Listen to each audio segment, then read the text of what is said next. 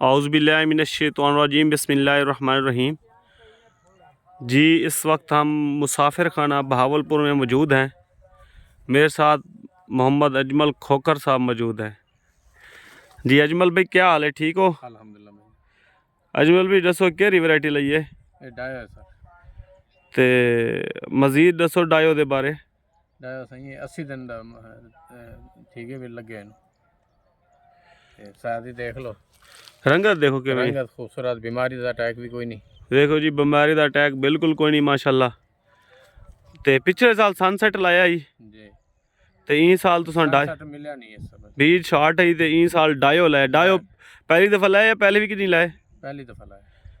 माशाल्लाह ज़बरदस्त। देखें जी माशाल्लाह कादे चोखा सी